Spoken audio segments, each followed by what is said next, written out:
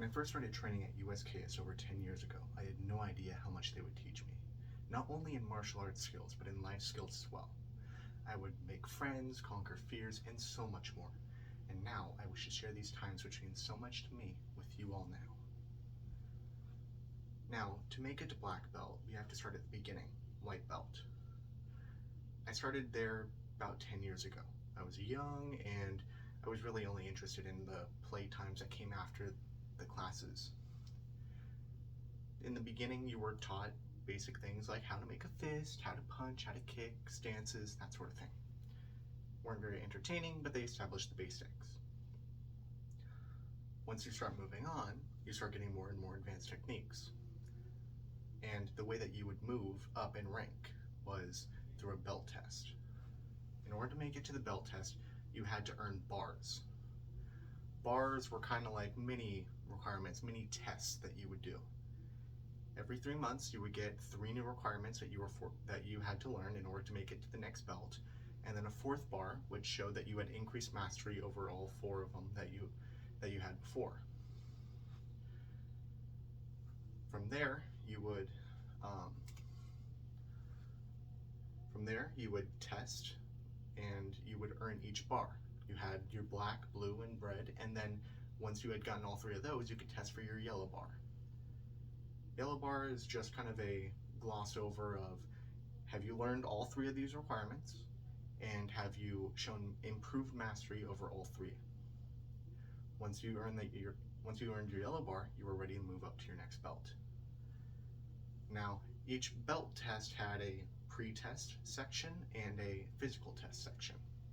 In the pre-test, what you would do was you would learn 2 character traits and 2 Bible verses, and you would have to memorize them and say them in front of somebody in person. And then from there, you would be able to move on to your black belt test. The physical test was kind of like a overview of everything that you've learned. At white belt, you only have to demonstrate that you've learned 3 new things.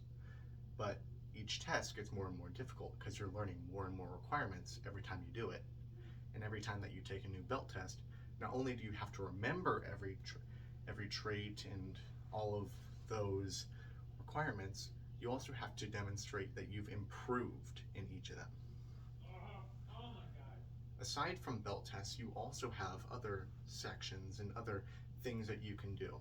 Like from a certain point on, probably around purple to green belt, you start learning how to do sparring, which is, well, it's basically just a one-on-one fight when you're wearing pads against somebody else in your class. Sometimes they'd be 1 rank higher or 1 rank lower, or sometimes they'd be the same rank.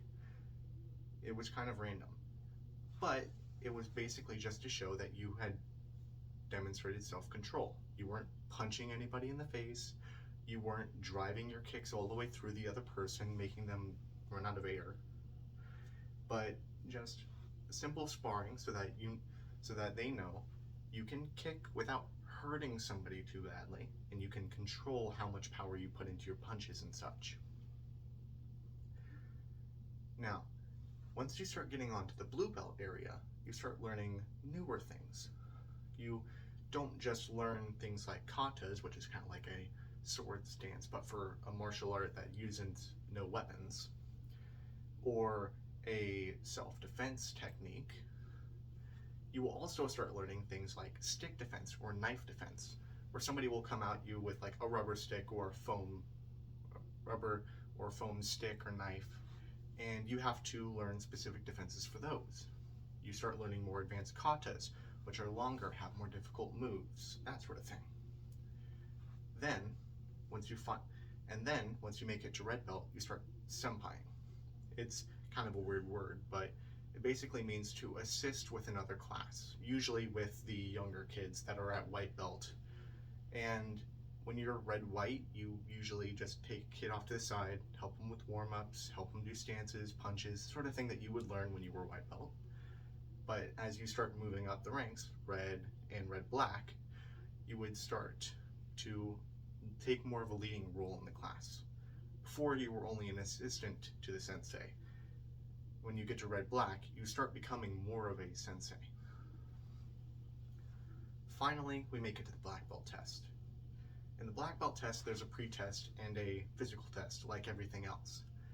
But the physical and pre-test in these were both much more difficult.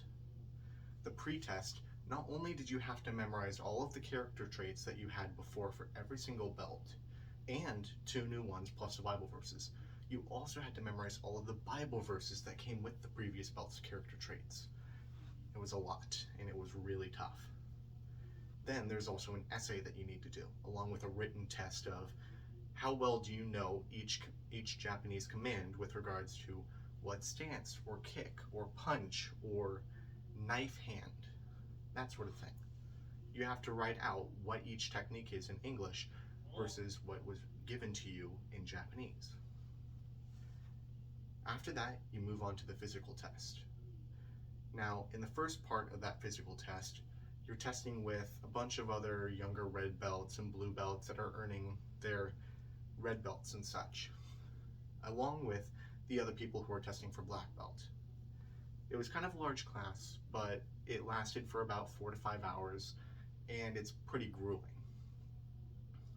But once those 4 to 5 hours had passed, all of the people had left, except for the people testing for black belt and the senseis that were leading the class.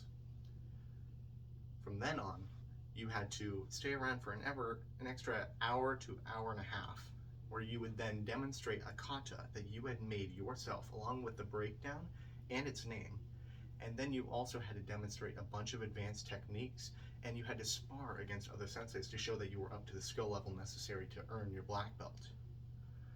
However, by the time that we had all gotten to the end of the test, every single one of us had earned our black belt, and the final graduating class of USKS, before it closed its doors, had made it. Thank you for listening.